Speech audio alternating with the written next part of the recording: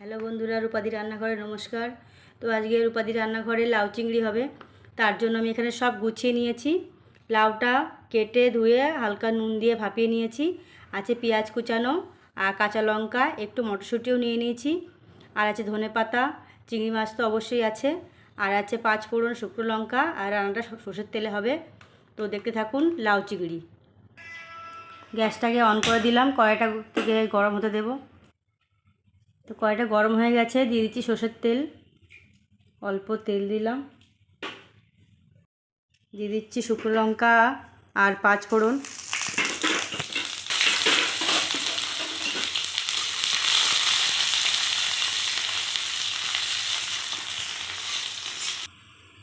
দিয়ে দিচ্ছি এবার চিংড়ি মাছটা। এখানে নুন দিলাম 2 চামচ, হলুদ দিয়ে দিলাম 2 চামচ, অল্প একটু জিরের গুঁড়ো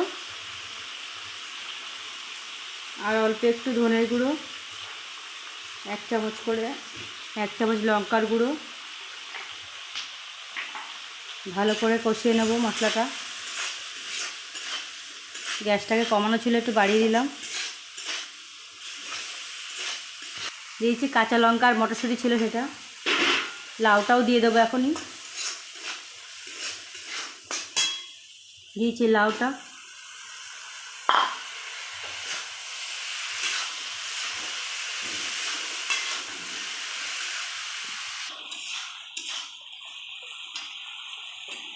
দিয়ে দেবো অল্প একটু চিনি,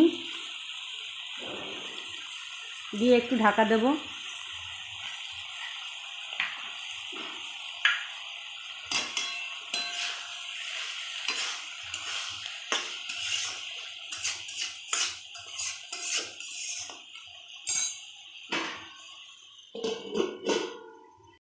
তো ঢাকা দেওয়ার ছিল, একটু রেখেছিলাম ঢাকা দিয়ে। ঢাকাটা খুলছি,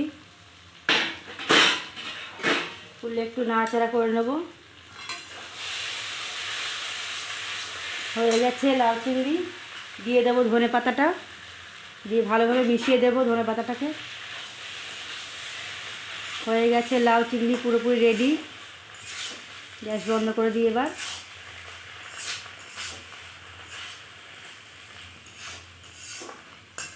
গ্যাসটা তো লাউ চিংড়ি আমার পুরোপুরি রেডি। কি সুন্দর হয়েছে দেখতে।